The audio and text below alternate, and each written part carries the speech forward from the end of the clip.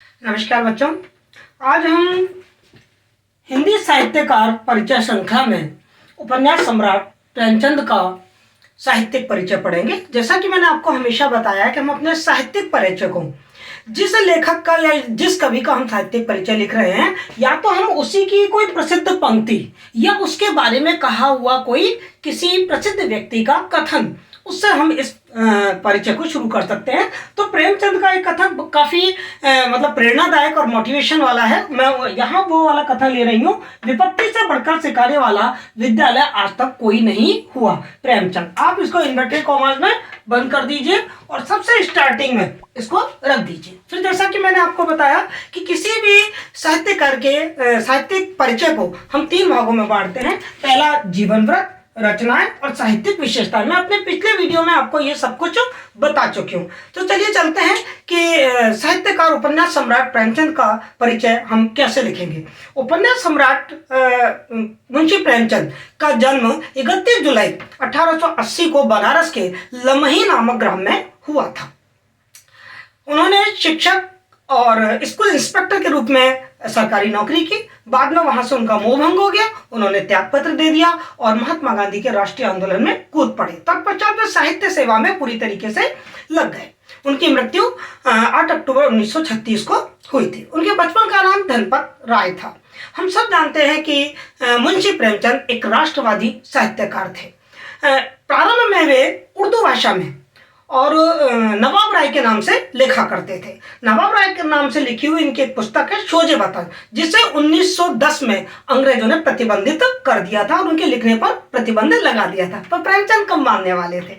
उन्होंने अपना नाम बदला, अपना नाम प्रेमचंद रखा और अब वो हिंदी में लिखने लगे। कथा के पितामह मुंशी प्रेमचंद ने अपने जीवन में लगभग 300 कहानियां लिखी। उनकी पहली कहानी सौत थी और उनकी अंतिम कहानी कफन थी। उनकी ये 300 कहानियां मानसरोवर नाम से 8 खंडों में प्रकाशित हो चुकी हैं। इसके साथ ही उन्होंने लगभग 18 उपन्यास लिखे। उनका जो पहला उपन्यास था वो सेवा सदन था। रणभूमि पर उनको मंगला प्रसाद पारितोषिक मिला और गोदान उनका अंतिम उपन्यास था। एक उन्होंने उपन्यास और लिखा मंगलसूत्र, जो अधूरा रह गया था और उसे उनके पुत्र अमृत राय ने पूरा किया था। इसके साथ ही उन्होंने नारी समस्या और चरित्र प्रधान उपन्यास भी लिखे, जिसमें निर्मला उपन्यास का बहुत ही प्रमुख रूप से नाम लिया जाता है।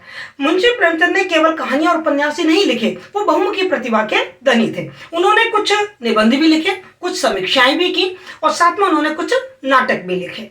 इसके साथ ही हम ये देखते हैं कि मुंशी प्रेमचंद की जो भाषा थी वो ठेठ हिंदुस्तानी भाषा थी, जिसमें हिंदी की खड़ी बोली के शब्द तो थे ही, साथ में उर्दू, अरबी, फारसी और अंग्रेजी के शब्द भी बहुत आयत से, जो आम बोलचाल की भाषा के शब्द थे, वो उनकी भाषा में आए हैं। उनकी रचनाओं की सबसे प्रमुख विशेषता है आदर्शोन्मुख यथार्थवाद। उन्होंने समाज में व्याप्त जो छुआछूत की समस्या थी, जाति भेदभाव था, धर्म के आधार पर जो भेदभाव था, विधवा के पुनर्विवाह पर उन्होंने जोर दिया। साथ ही स्त्री पुरुषों के जो संबंध है उन पर उन्होंने अपना दृष्टिकोण जन सामान्य के सामने रखा।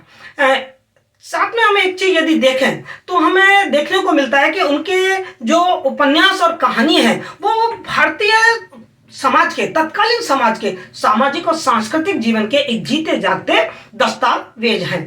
कलम के सिपाही मुंशी प्रेमचंद ने न केवल कथा और उपन्यास लिखे, बल्कि वे बहुत अच्छे पत्रकार भी थे।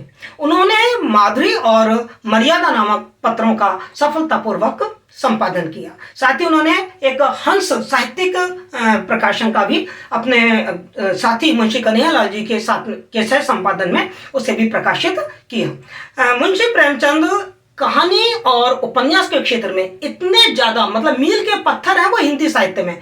उनका जो युग है 1918 से लेकर 1936 तक का युग, हिंदी कहानी और उपन्यास के जब विकास का हम इतिहास पढ़ते हैं तो प्रेमचंद युग के नाम से जाना जाता है। और यही उनके जो उनकी प्रसिद्धि है और जो उनकी उपलब्धि है उसका परिचायक है।